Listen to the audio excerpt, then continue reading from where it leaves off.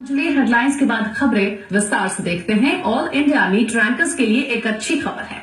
NEET के meritorious student को high court से बड़ी राहत मिली है। केरल हाईकोर्ट ने मेडिकल की सीट ब्लॉकिंग रोकने के लिए महत्वपूर्ण फैसला लिया है।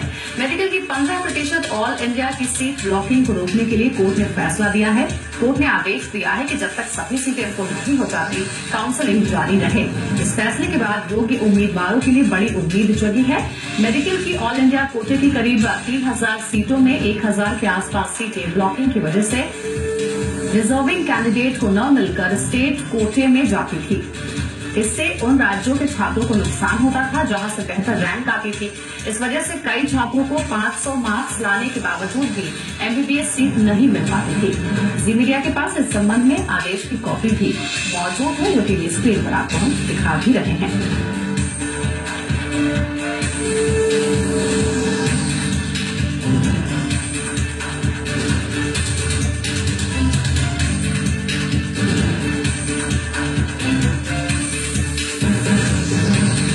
और इसी खबर पर ज्यादा जानकारी के लिए हम सीधे रुख करते हैं अपने संवाददाता हिमांशु मित्तल का।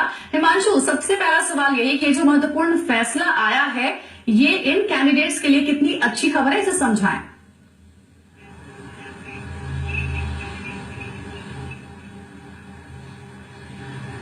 बिल्कुल अंजलि, देखिए सुप्रीम कोर्ट ने ऑल इंडिया नीट लागू किया था, जिसके बाद से लेकर के अभी काउंसलिंग चल रही है। एग्जाम के बाद में नतीजों के बाद में अभी काउंसलिंग का दौर चल रहा है। ऐसे में वो तमाम स्टूडेंट जो रैंकर्स होने के बाद में भी, टॉपर्स होने के बाद भी कहीं ना कहीं पशुपेश की स्थिति में थे, उस स्थिति में अब केरल हाईकोर्ट ने जो फैसला दिया है सीट ब्लॉकिंग को लेकर के 15% स्टूडेंट्स के लिए, तो अपने आप में एक बहुत बड़ी राहत है उन टॉपर्स के लिए, नीट के रैंकर्स के लिए। और इसको लेकर के हमारे साथ में ऑल इंडिया नीट के एक्टिविस्ट डॉक्टर अमित गुप्ता हैं। उनसे इस पूरे फैसले को लेकर के समझना चाहेंगे और इस पूरे फैसले पर चर्चा करते हैं कि किस तरह से ये खुशी की खबर है नीट के टॉपर्स के लिए। सर, इस पूरे फैसले के बारे में समझना चाहेंगे, इस पूरे फैसले को लेकर के किस तरह से फायदेमंद है नीट के टॉपर्स के लिए।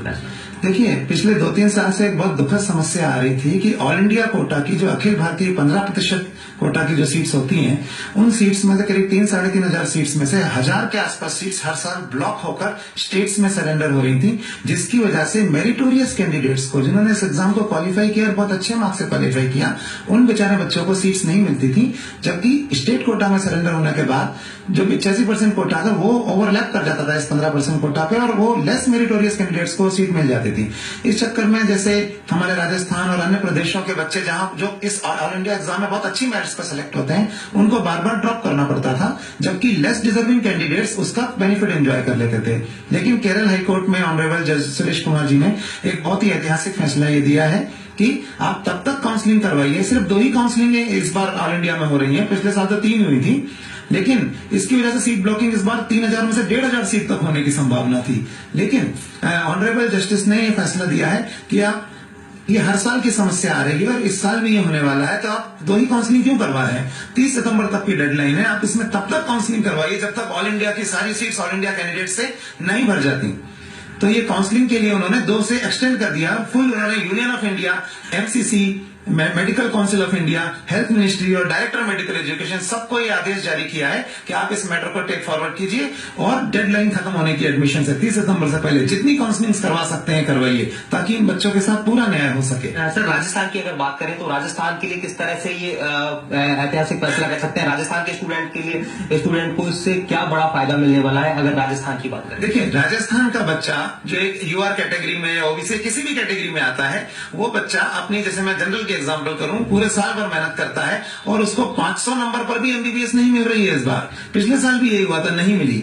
लेकिन जब उसकी कोटा की सीट, ऑल इंडिया कोटा जिसमें उसने रैंक हासिल करी है, वो सीट जब स्टेट में सरेंडर हो जाती है ब्लॉकिंग की वजह से, तो दक्षिण के स्टेट या नॉर्थ ईस्ट स्टेट जहां पे बच्चों की 50,000 भी रैंक नहीं है, उन बच्चों को ये सीट मिल जाती है और ये 5000 रैंक वाले बच्चे की सीट मारी जाती है। तो ये गलत है। मेरिटोरियस कैंडिडेट जिसका अधिकार है 15% कोटा पे, यदि एग्जाम सुप्रीम कोर्ट ने उसके लिए कंडक्ट कराया है, भारतीय संविधान में प्रावधान दिया गया है, तो फिर संविधान के इसका पूरा उपयोग क्यों नहीं हो पा रहा है? इसलिए ये ऐतिहासिक फैसला है जिसका हम सब स्वागत करते हैं और ये फैसला बहुत एक लॉन्ग टर्म इसके रेमिफिकेशंस होंगे पूरे इंडिया में। किस तरह की चुनौती, क्योंकि नीट लागू किया गया था उसके बाद भी कई सारे स्टूडेंट ऐसे थे जिनको बड़ी परेशानी हो रही थी। इस फैसले के बाद में कहीं ना कहीं वो परेशानी बहुत हद तक दूर होगी और मेरिटोरियस स्टूडेंट अच्छा परफॉर्म करने के बाद भी कहीं ना कहीं चैलेंज फेस कर रहे थे, अब कहीं ना कहीं उन्हें बड़ी राहत मिलेगी। जी हाँ, कम से कम 1000 डॉक्टर्स डिजर्विंग और बनेंगे और उन लोगों को सीट मिलेगी जो लोग डिजर्व करते हैं, ना कि सिर्फ ये सिस्टम के फॉल्ट की वजह से सीट सरेंडर होने के बाद एक लेस मेरिटोरियस कैंडिडेट को। ना सिर्फ इससे भारत को बेहतर डॉक्टर मिलेंगे बल्कि उन बच्चों के साथ भी न्याय होगा जिनका एक साल बर्बाद हो जाता है सिर्फ ये ब्लॉकिंग की वजह से। तो अंजलि देख लीजिए, बहुत बड़ा फैसला कह सकते हैं। डिजर्विंग स्टूडेंट जो कि अच्छा परफॉर्म करने के बाद में भी मेडिकल की सीट हासिल नहीं कर पा रहे थे, उन सब के लिए ये कह सकते हैं कि बहुत बड़ा फैसला है और जो डिजर्विंग स्टूडेंट है कहीं ना कहीं वो आगे आएंगे और वो हमारे देश को ऐसे डॉक्टर्स मिलेंगे और कहीं ना कहीं ये बेहद बड़ा फैसला है जिसके बारे में जी मीडिया सबसे पहले जानकारी दर्शकों तक, नीट के तमाम स्टूडेंट तक पहुंचा रहा है। बिल्कुल हिमांशु, आपका बहुत धन्यवाद और आपके साथ जो खास मेहमान थे अमित जी, उनका भी बहुत शुक्रिया करना चाहेंगे इस पूरे मामले को समझाने के लिए। और कोटा तो इसलिए खास है क्योंकि कोटा में बहुत सारे दूसरे राज्यों से भी डॉक्टर बनने का सपना लेकर के यहाँ मेडिकल की तैयारी करने वाले छात्रों की संख्या काफी रहती है और इस खबर को सुनने के बाद उनके चेहरे पर एक मुस्कान जरूर आई होगी। आगे